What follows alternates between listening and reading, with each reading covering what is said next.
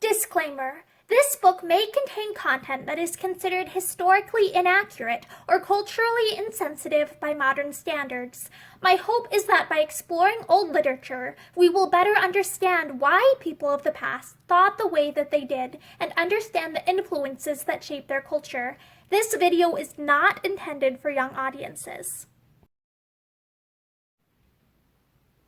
Hi, I'm Morgan, and this is a first look at and the introduction of Myths from Many Lands. So this is, on the side cover here, it says, Myths from Many Lands, the Children's Hour 2. So I'm not sure if that's referring to like a second volume in a set or something.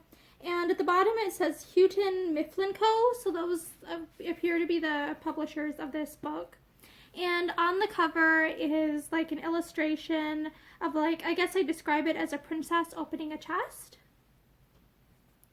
And the book itself has, the cover is kind of, some of the pages are coming out at the front of it, which is a bit unfortunate, but that's what it is. It's quite an old book.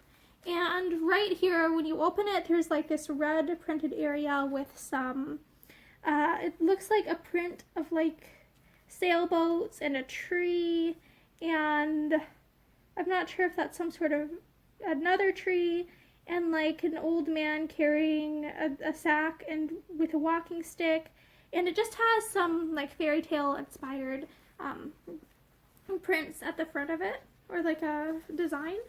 And then on the next page, if I get here, there's a blank page, and then it goes to The Children's Hour in 10 Volumes, Illustrated, Volume 2. And get to this next page here. Then we have an illustration here. It appears to be a woman in a Grecian-inspired outfit opening a chest, and an image of some guy suffering next to it. And it says, as Pandora raised the lid, the cottage grew very dark. So here is the illustration. And then we have if I can get past this, there seems to be some sort of protective tearaway page next to it. And then The Children's Hour, Myths from Many Lands, selected and arranged by Eva March Toppin, Houghton Mifflin and Company. Between the dark and the daylight, when the night is beginning to lower, comes a pause in the day's occupations that is known as the Children's Hour. And then it's got an interesting design here that looks kind of like something that you'd see in like an old, like a really old Bible. And it's got like what kind of looks to me like angels or some other like winged creature that is kind of human. And it's an interesting design there. And if you look here, it looks like the top of the book has like some sort of like gold design on it. And then here it says, copyright 1907 by Houghton Mifflin and Company, all rights reserved. And the great thing about this being from 1907 is I believe that in the US, I'm not a lawyer, disclaimer, I'm not a lawyer, but since this is from 1907, this should be in the public domain.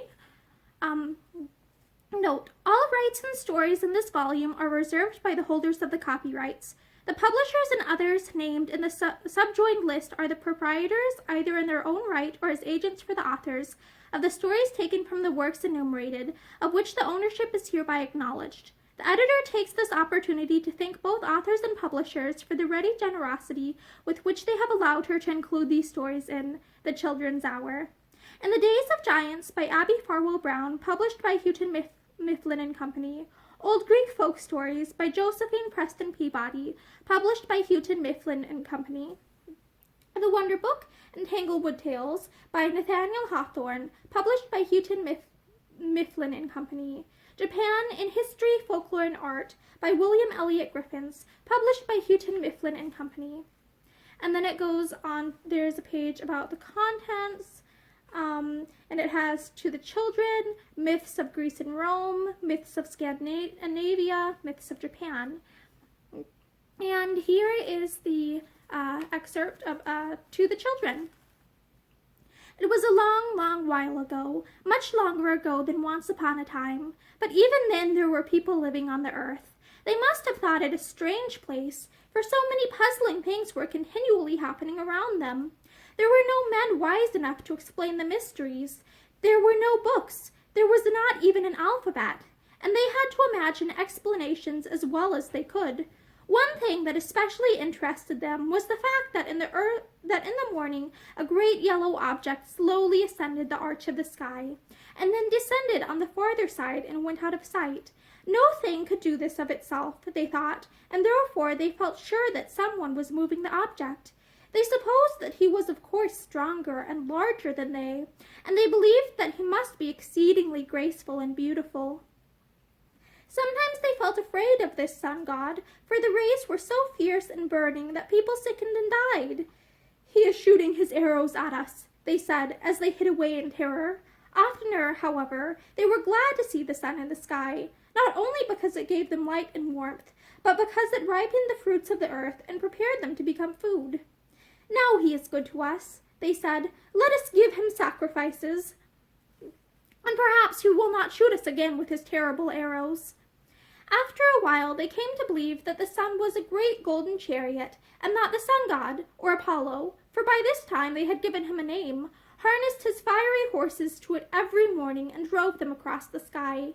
He was a skilled driver, and he knew how to guide his headstrong steeds up the sharp ascent. He could dash swiftly by the bull and the scorpion, and he could drive safely from the height of the heavens down the precipitous steep of the west. But once there came a terribly hot summer. The leaves curled up, the fields were parched, the fruit shriveled and fell to the ground, the rivers became brooks, the brooks dried up and disappeared, forests burned, people sickened and perished. This was not difficult to explain. The driver of the chariot had not been Apollo, but someone else. Of course he would allow no one but his own son to take his place. But how did he happen to permit even this? It was easy to imagine that the son had persuaded his father to grant him a favor without telling what it was, and it had proved to be the privilege of driving the chariot. At last the fierce heat came to an end with thunder and lightning. They must be the weapons of a greater god than Apollo, thought the people. He had struck the young man with his thunderbolt, and the earth was saved. This is the story of Phaethon as it has come down to us, and we may be almost sure that it grew in some such fashion.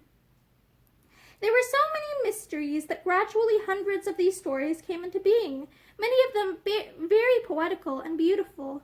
The Sleeping Beauty, for instance, or Briar Rose, as the Germans call it, is one that came from the change of seasons. The keen prick of the winter's cold stings the beauteous earth, and it seems to be dead. Frost and snow hide it from view. The trees and plants are at a standstill. Nothing grows. Nothing changes. By and by comes the spring. The sun shines upon the icicles and the snow, and they melt away. Its warm, bright rays kiss the earth, and it awakens. The plants spring up, the trees put forth leaves, the flowers come into bloom, the birds sing, and all things are glad and happy. Now it was easy to fancy the earth as a sleeping maiden, the sting of the frost as the sharp prick of a spindle, and the icicles as a hedge of thorns. The warm rays of the springtime sun became the kiss of the hero who had forced his way through the thorn hedge. We people of today know why the rays of the sun grow warmer in the spring, and we have all the other knowledge that the wise men have found out for us. But to the good folk who dwelt in the long ago and did not know why things happened, the story was no more marvelous than the happenings themselves. And, indeed, it is a greater wonder to see the earth come to life every spring than to see the awakening of a princess, if you only stop to think about it.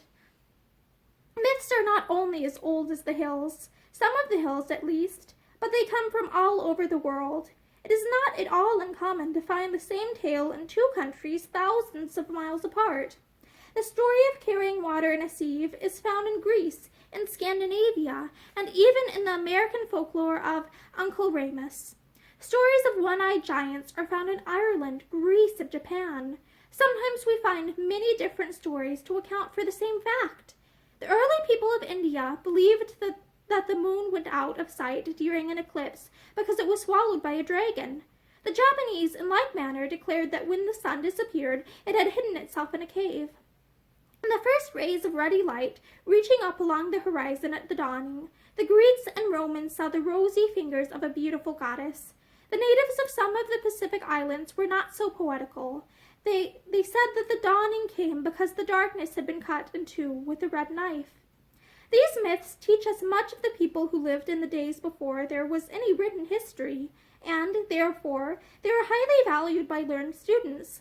They are so beautiful that they are loved by the poets, and they are so interesting and so different from other tales that no one can help liking to read them. And maybe that is the best use of them, after all, simply to read them and enjoy them and be glad that we have them. And it's signed EMT. And then that is the end of the introduction.